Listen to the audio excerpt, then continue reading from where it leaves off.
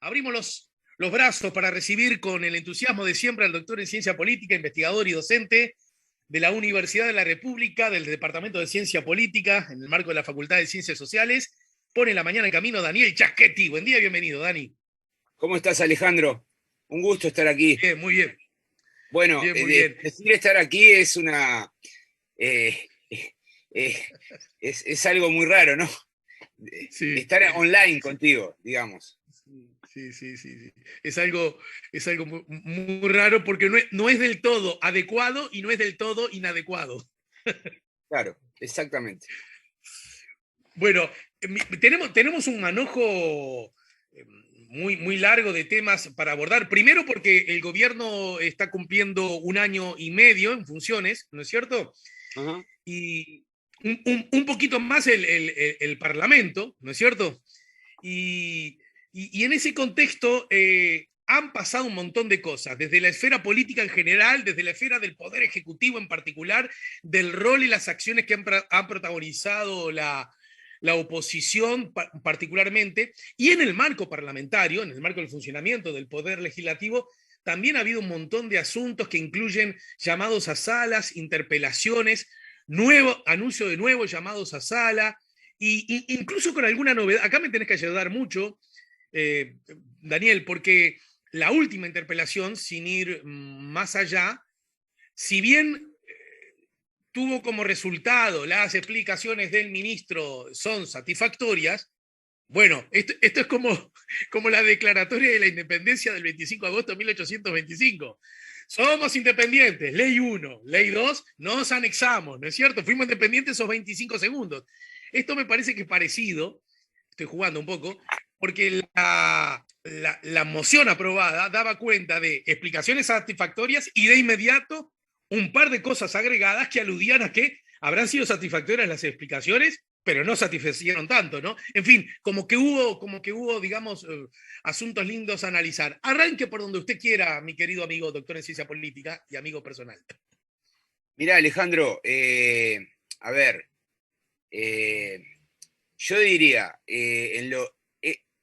un año y medio de gobierno, el, el- es un periodo distinto a todos los otros que habíamos observado con detenimiento, ¿no? De 1985 para acá, porque bueno, la pandemia trastocó todo. Yo diría que eso es sin duda el hecho más relevante.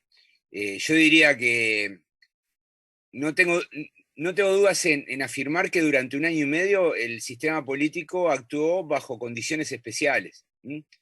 Y me parece que lo que está ocurriendo en este momento es una suerte de deshielo. ¿M?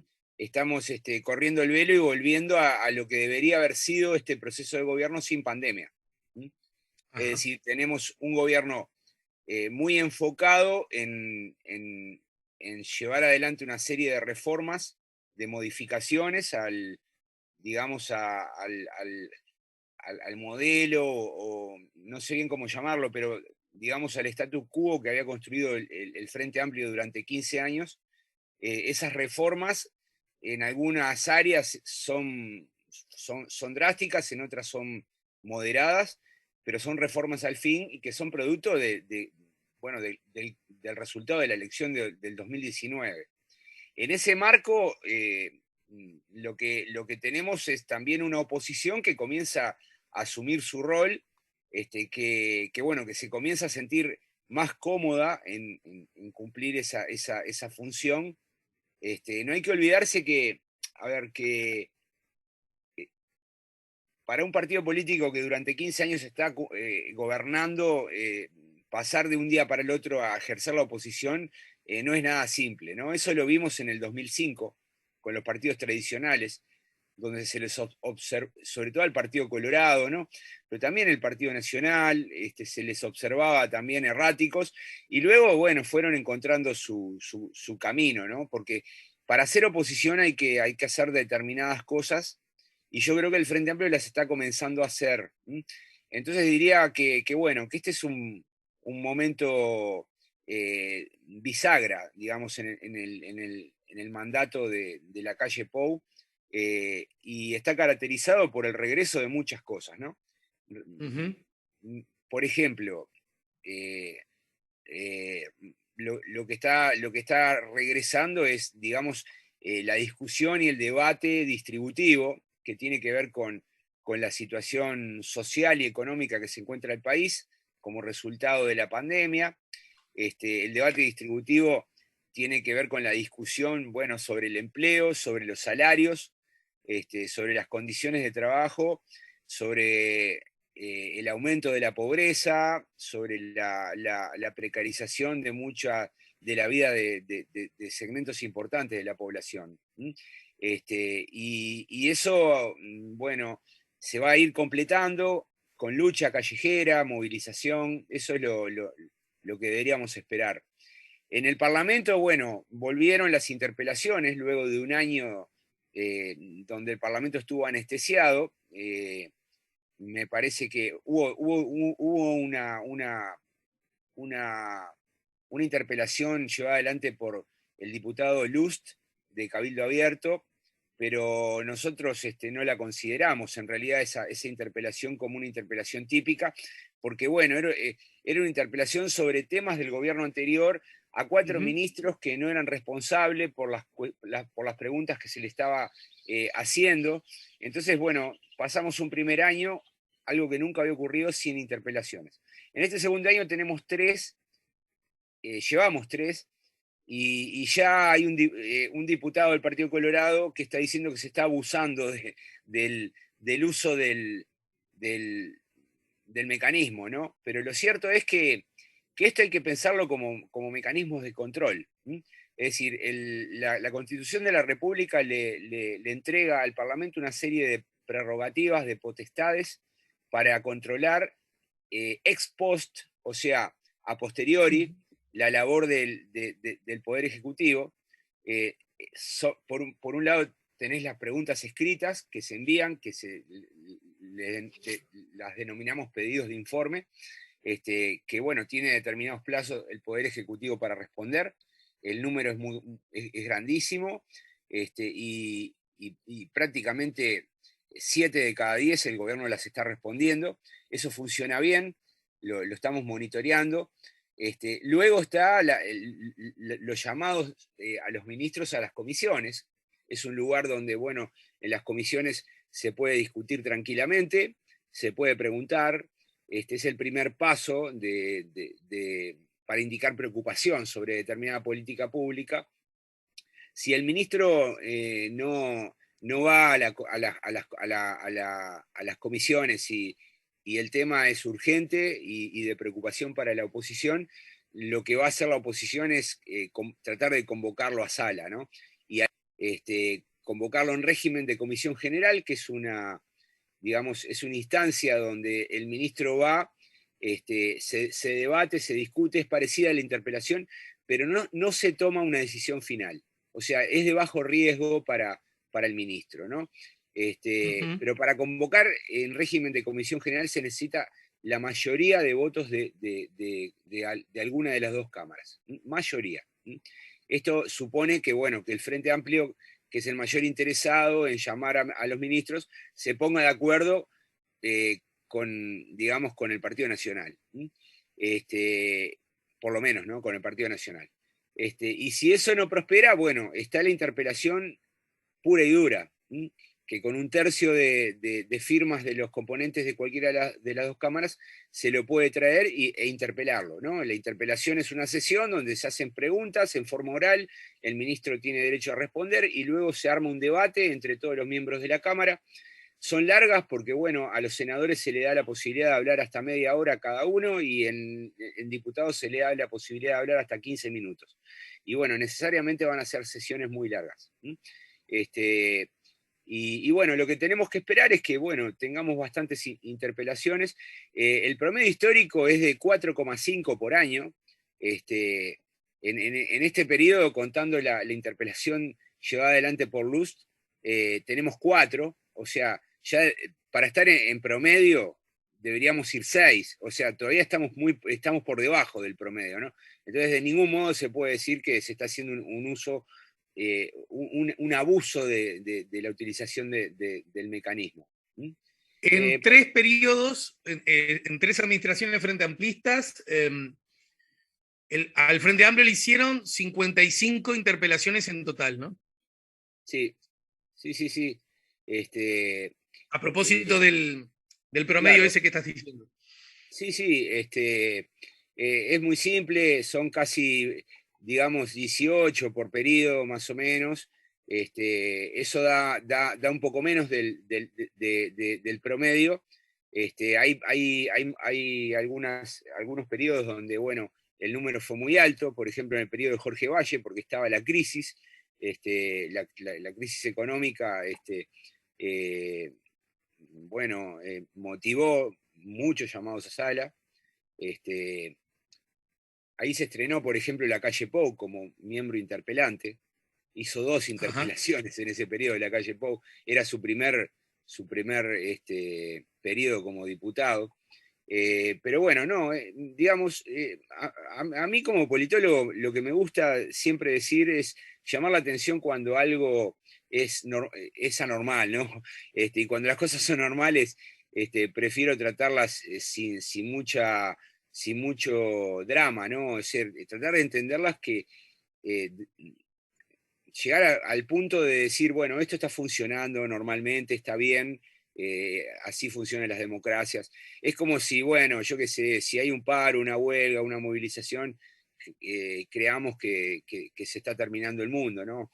Entonces, bueno, digamos que ahora tenemos un interregno, como decía hoy, ¿no? De apertura, de vuelta a la normalidad en la política, con mayor actividad, mayor politización, mayor Sí. movilización. Y vamos a pasar por el referéndum de marzo, ¿no? Que va a ser como otro punto de inflexión. El resultado de ese referéndum va a condicionar lo que reste del periodo, ¿no? Y cuando digo que va a condicionar, me estoy refiriendo a que si el gobierno lo gana, el gobierno va a pisar el acelerador y va a impulsar algunas reformas importantes. Y si el gobierno lo pierde, probablemente no pueda hacer eso, porque probablemente una derrota en el referéndum pueda llevar a hacer ruido, a hacer tambalear su coalición de gobierno, ¿no?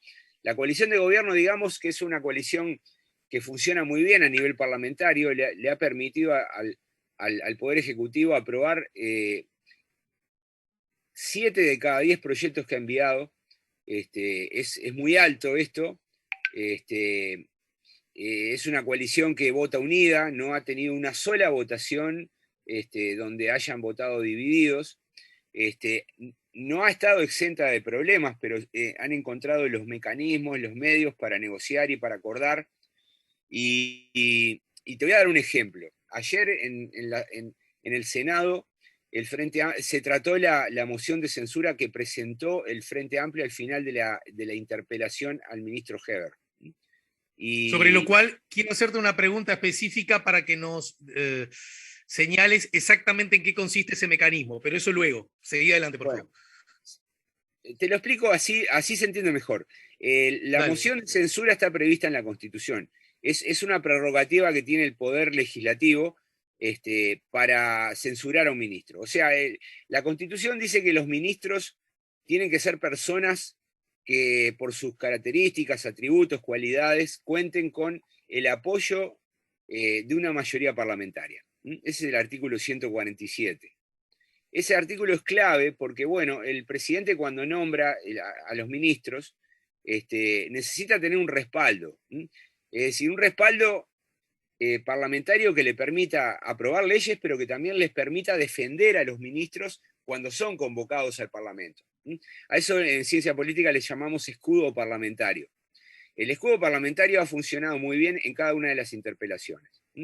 Este, no obstante, si no existiera un escudo parlamentario, perfectamente la oposición podría promover una moción de censura e intentar hacer caer al ministro. Para eso, bueno, la moción debería ser votada por la Cámara donde se presenta y luego ser ratificada por la Asamblea General. De Ujú. acuerdo a la votación que tenga la Asamblea General, el presidente puede aceptar y despedir al ministro, o puede observar esa decisión del Parlamento, devolverle digamos, la moción para que sea nuevamente votada en la Asamblea General por una mayoría especial. Si se alcanza esa mayoría especial, el ministro cae. Si no se alcanza, bueno, el presidente tiene las manos libres para disolver el Parlamento y llamar a elecciones legislativas anticipadas. Este es un mecanismo bastante complejo. Nunca Uruguay lo ha recorrido en forma completa. Lo máximo que llegó fue hasta la instancia de la Asamblea General, en una famosa moción de censura aplicada al ministro de Industria, Peirano Facio, en 1968. Pacheco Areco era el presidente y dejó muy claro su intención de disolver las cámaras, y eso llevó a que, bueno, a que el sector de la lista 15, que no había votado la moción de censura, cambiara su voto y de esa manera, bueno, contribuyera a hacer caer al ministro y evitara la elección legislativa anticipada que el presidente estaba decidido a impulsar. De todos modos, en lo que va del periodo se presentaron más de 20 mociones de censuras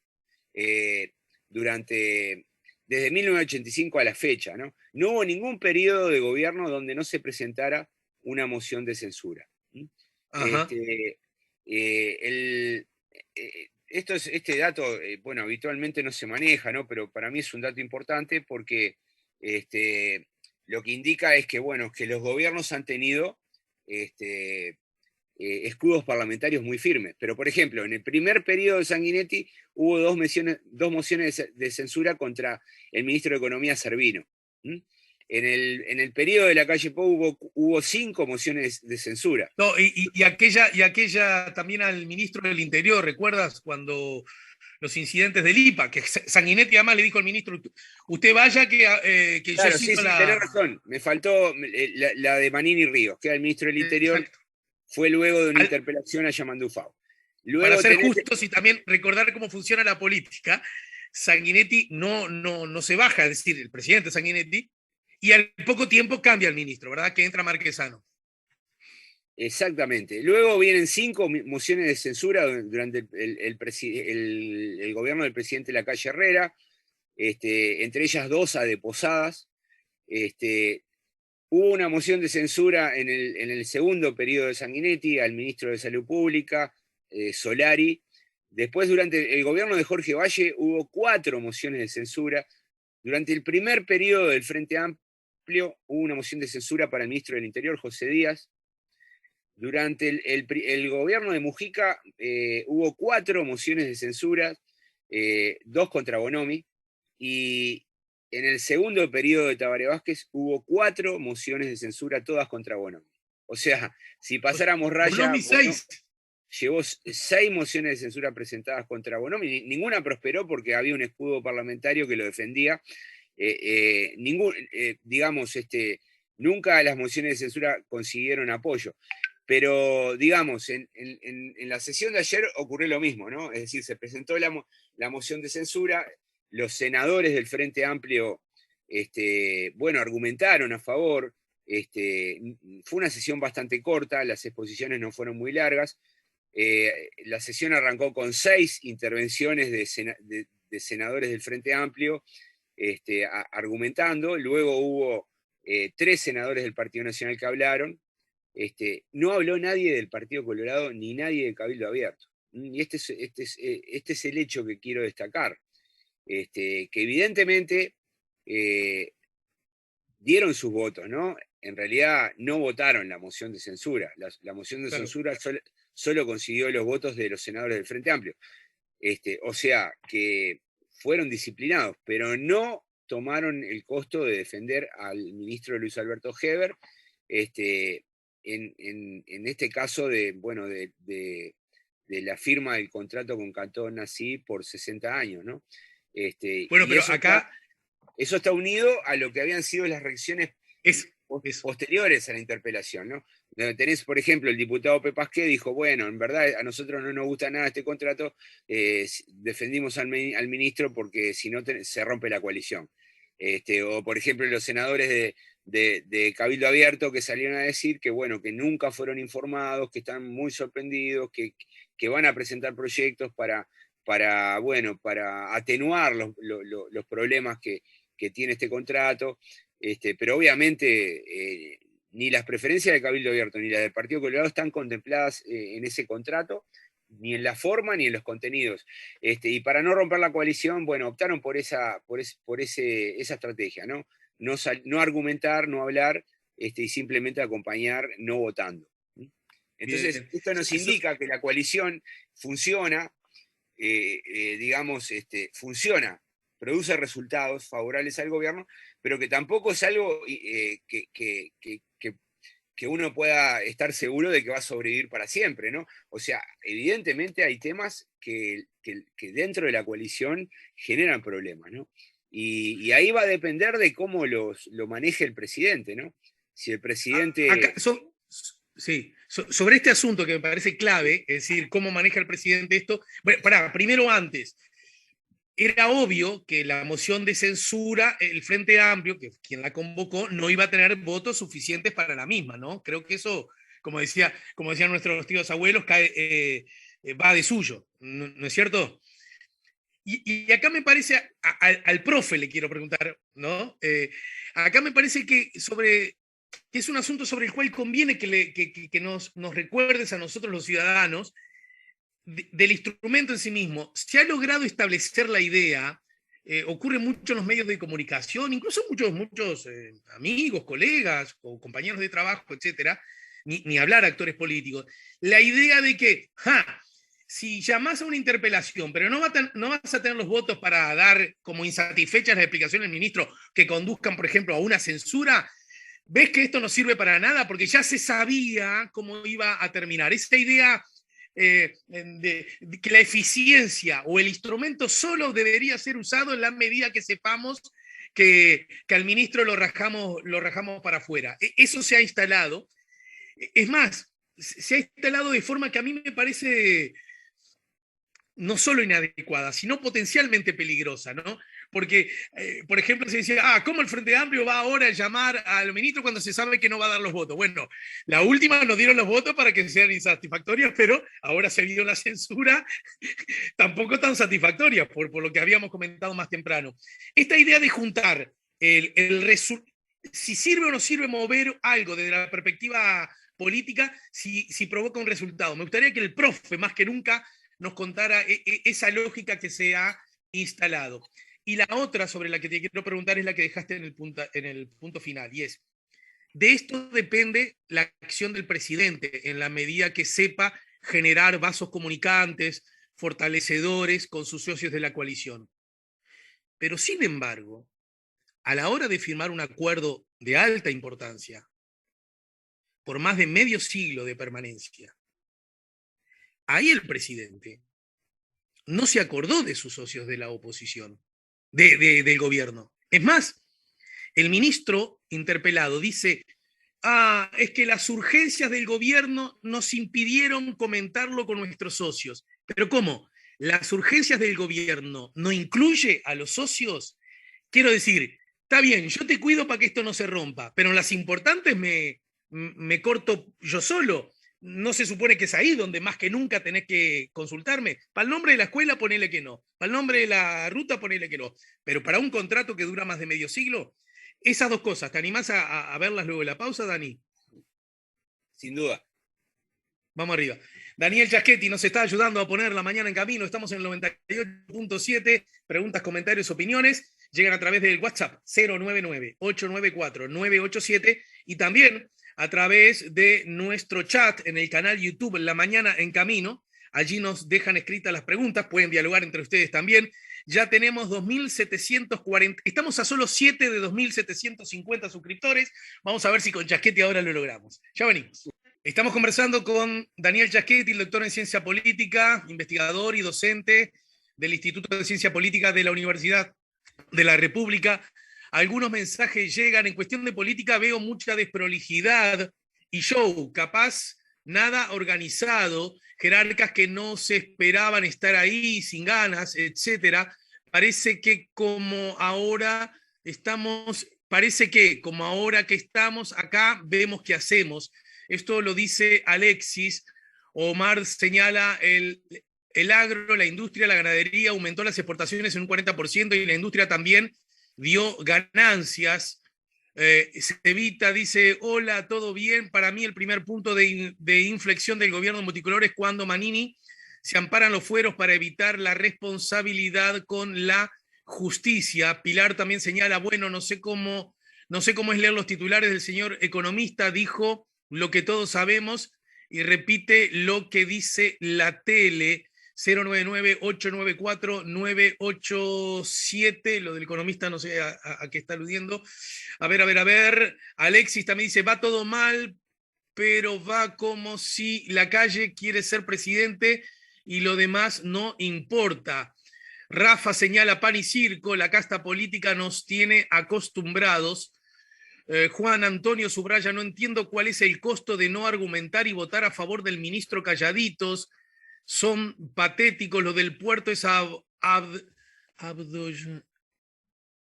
absolutamente, creo que quiere decir, impresentable. La forma en que lo manejaron es de cuarta, el puerto de Montevideo es de una importancia vital para el país, no se maneja así el interés general. Bueno, algunos de los comentarios que llegan a través del 099-894-987, me equivoqué, estos llegan a través del chat en nuestro canal YouTube La Mañana en Camino. Estábamos en 2.743 suscriptores. Dani, habían quedado dos consultas. Una es, bueno, ¿por qué si es tan importante el presidente en todo esto de que la coalición se mantenga la mayor parte del tiempo posible y tener un buen escudo parlamentario, como vos recién nos explicabas? Bueno, porque es capaz de firmar algo tan importante, tan importante, trascendiendo incluso la administración de muchos gobiernos, que tiene que ver con la soberanía de la nación, etcétera, al punto tal que se debió incluir en el contrato que si la empresa quería venderle tenía que pedir, por lo menos consultarle al Estado, etcétera, etcétera, etcétera. ¿Por qué fue entre gallos y medianoche, solo con 4 o 5 personas? ¿Por qué no tenía presencia? ¿Por qué ese descuido? Suena como demasiado grande para un descuido. ¿Qué lectura política se podría hacer eso? Y después la otra, ¿no? ¿Por qué se enojan tantos algunos operadores de la política y también integrantes de la comunicación cuando dicen, convocan una interpelación sabiendo que no van a tener votos para nada? Esos dos asuntos me gustaría que los compartas con nosotros en tu análisis. Empiezo por este último. Dale. Mira, algunos analistas cuando hacen esa clase de reflexiones están dando pruebas de una gran ignorancia, ¿no? Concebir al Parlamento como un organismo encargado de una única función, esto es votar leyes, es una visión simplista y primitiva. Es no entender cuáles son las funciones que cumple la institución. El Parlamento obviamente tiene que aprobar leyes, pero no es la única tarea que debe desarrollar. Podríamos agregar otras que son muy relevantes. Por lo menos desde 1934 o 1942, la función del Contralor y la supervisión del Poder Ejecutivo es una tarea tan importante como la de legislar. ¿Por qué digo desde 1934 o 1942? Bueno, porque en esas dos constituciones que son muy parecidas, la del 42 es un ajuste de la del 34, ahí se escribió esa frase que yo mencioné hoy. El presidente debe buscar personas para los cargos de ministro que por sus atributos pueda conseguir el apoyo de una mayoría parlamentaria. O sea, los ministros son responsables políticamente ante el Parlamento y por tanto el Parlamento puede llamarlos, interpelarlos y luego censurarlos. Es decir, la Constitución uruguaya pone al Parlamento en un pie de igualdad en términos de supervisión y contralor. Esto es muy uruguayo, ¿no? Es un rasgo de parlamentarización del régimen. El presidencialismo típico como el de Estados Unidos no tiene nada parecido. Sí, hay comités del Congreso de los Estados Unidos que pueden juzgar a un ministro, pero no lo pueden juzgar en términos políticos, los pueden juzgar en términos administrativos, ¿no? Por faltas graves. El juicio político a un ministro que es en definitiva la presentación de una moción de censura, tiene que ver con su actuación global, ¿no? Y esa es una función encomendada al Parlamento. Otra función encomendada al Parlamento es la de representar intereses. Es una institución que agrega intereses. O sea, es una institución que selecciona a sus miembros a través de un método de representación proporcional y por tanto buscamos que allí estén sentados un, un collage de la propia sociedad, un espejo de la sociedad, ¿no? Entonces muchas veces a mí me causa gracia, ¿no? Porque hay gente que se enoja por el nivel de los parlamentarios. Los parlamentarios son parecidos a la sociedad uruguaya, Sí, y sí, si sí, no sí, sí, tienen sí. más nivel es porque hemos optado porque se parezcan. Eh, Mi colega español, Manuel Alcántara, siempre escribió un artículo y siempre lo anda diciendo por ahí, que, bueno, que una de las cosas más curiosas estudiando los parlamentos es encontrar que, por ejemplo, en Honduras el 90% de los parlamentarios tenían estudios de posgrado, y en Uruguay estudios de posgrado tiene apenas un 15%, y solamente el 50% de los parlamentarios uruguayos tiene título universitario. ¿Eso quiere decir que el Parlamento de Honduras es mejor que el de Uruguay? De ningún modo. Lo que nos está diciendo es que el Parlamento de Honduras es elitista y el Parlamento uruguayo es parecido a la sociedad. Entonces, la función de representar y de agregar intereses tiene que ver con el hecho de que, bueno, tenemos partidos políticos, esos partidos políticos están conectados con la sociedad, son partidos vibrantes, enraizados, y el personal que seleccionan para terminar sentados en el Parlamento tienen que ver con los votantes. Es como una opción que hemos hecho. Si queremos tener mecanismos de selección que nos conduzcan a tener, bueno, doctores sentados allí, podríamos hacerlo. Podemos crear reglas internas en la selección de candidatos e impedir, por ejemplo, que gente que no tenga títulos universitarios se pueda presentar. A mí me parecería terrible, ¿no? Es una forma de matar la democracia. Curiosamente, la Tercera función, senadora Bianchi hace poco hizo comentarios en esa bueno, dirección, ¿no? Bueno, pero yo no soy psicólogo, yo puedo opinar sobre cómo debe funcionar el Parlamento, ¿no? Y en el Parlamento todos los diputados y todos los senadores son iguales porque los une el atributo de haber sido elegidos por la gente, ¿no? Luego habrá unos que son gordos, otros flacos, otros tendrán título universitario, otros apenas habrán terminado la escuela, otros serán blancos, otros negros, no importa, lo importante es el atributo común de que los eligió la gente. Cuarta función, debatir, discutir. O sea, una democracia necesita ámbitos donde quede sentada la discusión. Y ahí sí podemos ser exigentes y tratar de pedir mejores discusiones. Pero tiene que haber discusión, tiene que haber tiempo para discutir grandes temas. Si yo quiero saber por qué la cruz, hay una cruz en 18 y Boulevard, yo puedo ir a un debate parlamentario donde se discutió eso y entender los distintos argumentos. ¿Mm? Y puedo, leyendo ese debate parlamentario, remontarme a otro debate parlamentario 80 años antes, donde el Parlamento aprobó una ley quitando las cruces de los centros educativos y de los hospitales, ¿no? Y eso podemos hacerlo porque el Parlamento discutió esos temas, ¿no? Y el Parlamento tiene que discutir. Y si el Parlamento, si el gobierno firma un convenio por 60 años, está muy bien que el Parlamento dedique 19 horas a discutir ese acuerdo, ¿no? Entonces, legislar, controlar, representar, debatir, son funciones. Esta es una visión multifuncional del Parlamento, no es una visión industrial donde el Parlamento es solamente un productor de leyes. Entonces, el problema es que muchos periodistas, muchos analistas tienen una visión industrial del Parlamento y lo que tienen que tener es una visión multifuncional y enseñársela al público, ¿no? Explicarle que funciona así. La visión multifuncional te ayuda a comprender si ese Parlamento está cumpliendo o no con la función que debe cumplir, ¿no? Y yo creo que básicamente, con muchos defectos, desde luego, que los vivimos señalando, nuestro Parlamento cumple con esa función. Entonces no hay que Bien. asustarse que haya sesiones largas, no hay que asustarse que haya interpelaciones, no hay que asustarse que los temas de la sociedad repliquen ahí adentro, ¿no? Aquello de la caja de resonancia, ¿te acordás? Y eso debe ser así. Esa es la primera Bien, respuesta. Tengo la sí. segunda. Vamos a la segunda. Cuando vos dijiste, hay algunos analistas, periodistas o comunicadores, bueno, ciudadanos en general, que tienen una visión demasiado industrial del Parlamento, yo diría que tienen una visión demasiado industrial de la vida, ¿no?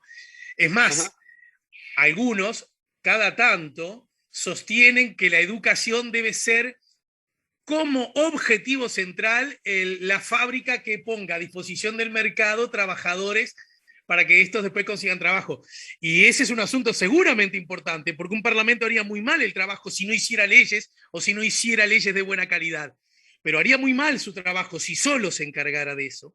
Del mismo modo que haría muy mal la educación si solo se encargara de mandar ingenieros, porque ahora lo que necesita el mercado son solo ingenieros, ¿no? Es un poquito más compleja. Yo recuerdo, me permito tomarme la licencia usando este estímulo que vos generás, Chaquetti, para recordar una vez más a José Pedro Varela, que él decía, para formar una república necesitamos ciudadanos republicanos. Y es esa la función que tiene que tener la escuela. Es decir, la escuela del Uruguay generaba republicanos, ciudadanos, antes de tener república. Cualquiera podría decir, no, no se necesita, en el mercado no lo estás pidiendo ahora. Pero en fin, esa es una charla más rica y más Bueno, profunda. la fascinación de los números a veces nos llevan a esas cosas, ¿no? O sea, yo puedo hablar horas sobre números relativos al Parlamento, ¿no? Y tirar gráficos, pero la evaluación siempre, en última instancia, siempre es cualitativa. Los números Bien. ayudan a formar la opinión, ¿no? Y con la educación pasa lo mismo, ¿no? Hay veces como que ves una fascinación por los números, y el concepto cualitativo es pobrísimo. A mí, por ejemplo, yo que sé, hay números que me preocupan. La proporción de jóvenes que terminan secundaria es muy baja en Uruguay. Y comparada con otros países, asusta, ¿no? Pero falta el concepto cualitativo, ¿sí? Sí. Porque yo me imagino que no, digamos, los resultados no son buenos, pero habría que ahondar un poco más, ¿no? No, Cómo otros y además, países consiguieron cambios tan drásticos en tan corto tiempo, llama poderosamente la atención. Nosotros no hemos hecho cambios drásticos, hemos ido como tortugas, más despacito, y no logramos modificar los grandes números. Bueno, es toda una discusión, pero no soy un experto en educación, bien, no me quiero meterme en este bien. tema, No, solamente pero señalar que a está veces los planteado. números nos terminan fascinando, nos enamoramos de los números y nos olvidamos que, bueno, que las evaluaciones en última instancia tienen que terminar en un concepto, ¿no? En un concepto cualitativo, ¿no? No, y en todo Este, caso, esto sí, los números nos enseñan mucho los ingenieros y, en fin, la gente que sabe leer estadísticas, que los números deben tener su historia, su peripecia, su trazabilidad. Quiero decir, por supuesto que es gravísimo y a todos en algún modo nos interpela de que haya un tan bajo número de egresados. Ahora, ese número en sí mismo no puede tomarse en cuenta sin hacerse la otra pregunta. Y del universo de personas que podían ingresar, ¿cuántas ingresan ahora y cuántas ingresaban hace 30 años? Ponele. sí, Porque es claro, obvio, antes no egresaban porque ni siquiera entraban. Ese es un asunto que también lo tenés que tener en cuenta, porque si totalmente. no nos hacemos una trampa grande como una casa. Sí, totalmente. Digo, yo siempre digo, bueno, a mí me encanta trabajar con números, vos podés revisar mis trabajos, mis publicaciones, no hay ninguna publicación que no tenga eh, respaldos empíricos, tablas, gráficos, regresiones, pero no soy tan tonto como para quedar preso de los números, ¿no? Los números ayudan a terminar de reforzar un juicio, un argumento, que es en última instancia cómo funciona la ciencia, ¿no? La ciencia, los investigadores lo que hacen es tratar de persuadir a la comunidad y para persuadirlo utilizan métodos y evidencia empírica, ¿no? Pero en última instancia el fin es persuadir sobre Bien, respuestas a grandes problemas. Y bueno, lo puedes aplicar en cualquier ámbito y en cualquier ámbito de la ciencia, ¿no? Ya sea, no sé, si estás investigando un problema como un virus, hasta en las ciencias sociales si estás investigando políticas educativas. Tenés que tener una buena argumentación y mostrar evidencia, ¿no? Respecto a la segunda pregunta, Alejandro, para no quedar trancados en esto, sobre cómo la calle Pou conduce la coalición, ¿no? Este, llama un poco la atención, ¿no? Y esto lo voy a unir al mensaje, ¿no? Ahí hubo un mensaje sobre Manini Ríos y sobre los fueros, ¿no? Este, eh, Uno se imagina, cuando piensa en una coalición de gobierno, se imagina como un pacto, un acuerdo entre iguales, ¿no? Y eso es un poco, eh, digamos, es el resultado de que las coaliciones no son naturales de los sistemas presidencialistas. Las coaliciones son naturales de los sistemas parlamentaristas. Para que ujú, el escucha tenga una idea más clara, ¿no? En los sistemas parlamentarios, los ciudadanos van a las elecciones y eligen un parlamento. Y ese parlamento luego se reúne y tiene que elegir un gobierno. Es decir, el gobierno no se elige en forma directa, se elige en forma indirecta. La soberanía radica en el Parlamento, ¿no? Entonces, si ningún partido tiene una mayoría, tiene que haber gobierno. Entonces, lo que hacen los partidos es construir coaliciones. Entonces, se juntan ahí los conservadores con los liberales y forman una mayoría con un nombre para un primer ministro y ahí se forma la coalición. En los sistemas presidenciales todo esto funciona distinto, porque en los sistemas presidenciales, por un lado elegimos a un presidente y por otro lado elegimos a un parlamento. Entonces tenemos dos poderes que tenemos que buscar que funcionen de manera coordinada. Este, pero claro, nosotros en la Constitución metimos reglas que empujamos al presidente a construir una mayoría. Yo diría que es un un presidencialismo bastante parlamentarizado. Porque si le doy al Parlamento el poder de censurar ministros, y le digo al presidente que busque ministros que cuenten con mayorías, el presidente va a terminar armando un gabinete de coalición cuando el partido del presidente no tiene mayorías. La calle Pou tiene el 30%. Necesariamente tenía que formar una coalición. No tenía otra opción.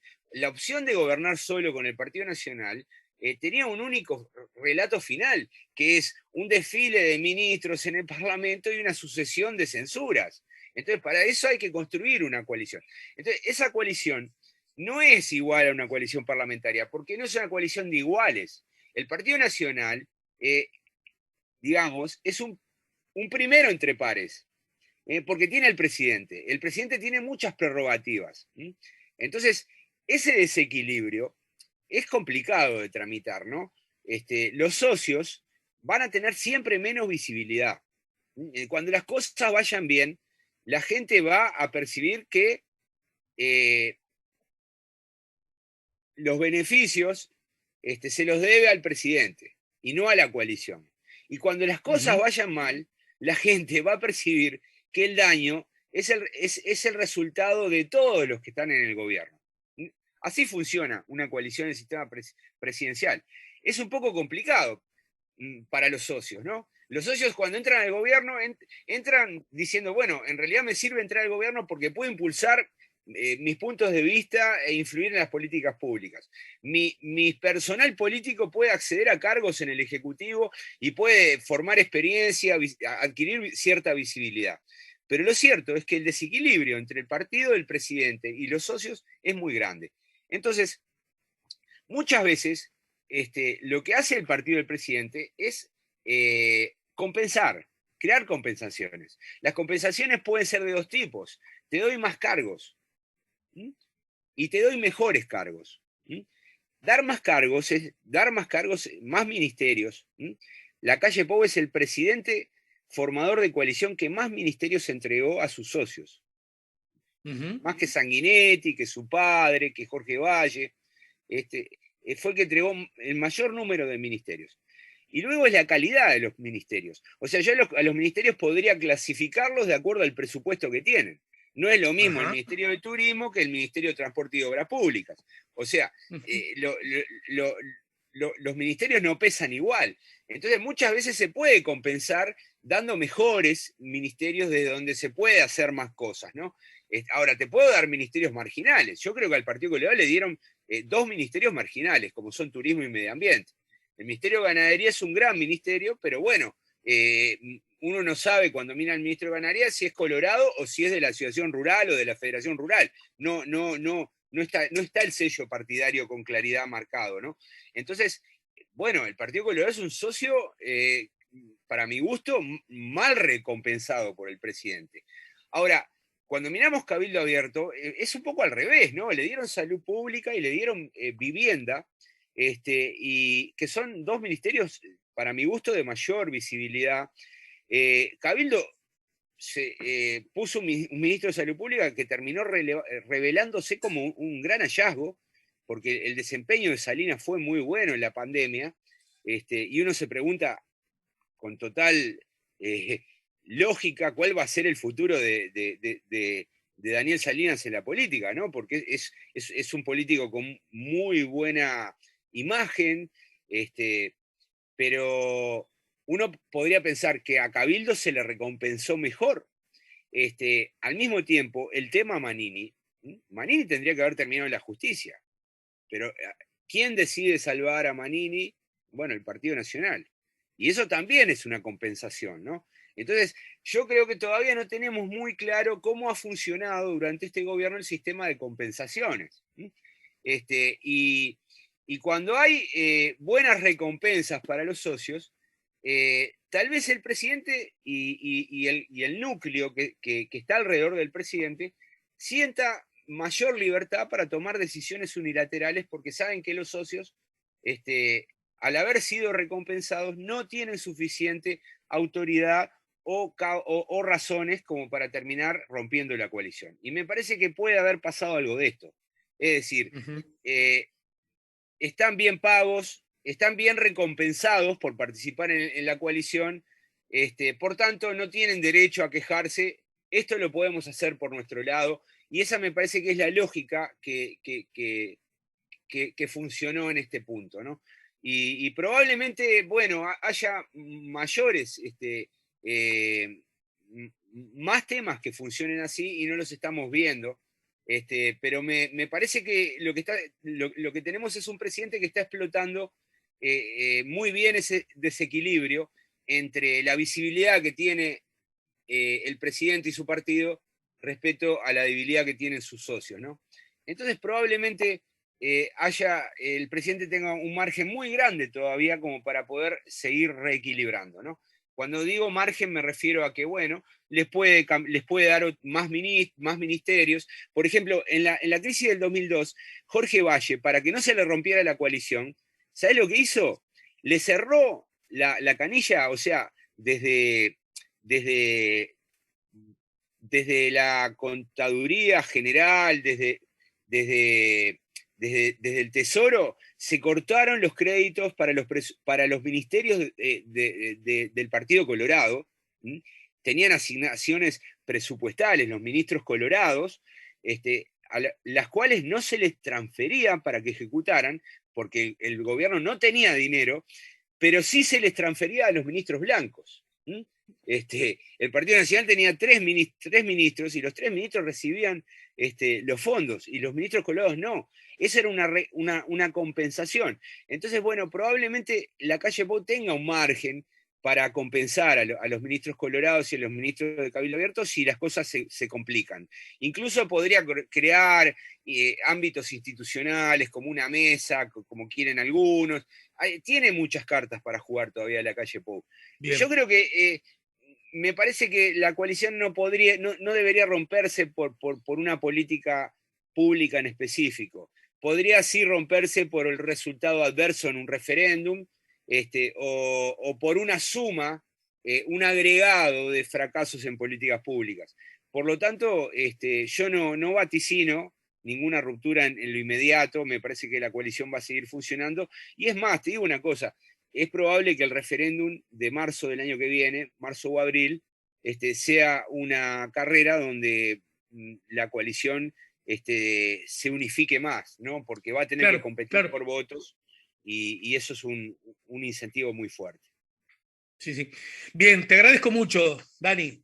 Gracias, gracias de verdad. Los oyentes están mandando sus mensajes también, agradeciendo tu participación aquí en La Mañana en Camino. Bueno, como ocurre habitualmente, y nos reencontraremos más temprano que tarde, ¿sí? Bueno, a ver si acelerás ese asado que prometiste durante tanto tiempo, si honrás tu palabra y bueno, quedaremos a la espera. Del asado ya puse, estoy dispuesto a poner dos importantes insumos, ¿no? No sabía que tenía que ponerlos todos, pero bueno, si hay que hacerlo, se hace. Bueno, vos sos la calle Pou, nosotros somos Cabildo y el Partido Colorado. Recompensanos, así Bien, vamos. vamos a ver. Dale, Sí, pero mirá que yo te recompenso, pero si no te recompenso de manera adecuada según tu mirada, ojo, que el riesgo de salir de este proyecto puede ser peor para vos. Así que, exacto. Sí, sí, sí, totalmente. bien, a lo Nos mejor te vemos. quedás sin nada. Exacto. Bueno, vamos arriba. Nos Chao, Daniel. vemos. Gracias, gracias como Gracias. siempre. Un crack.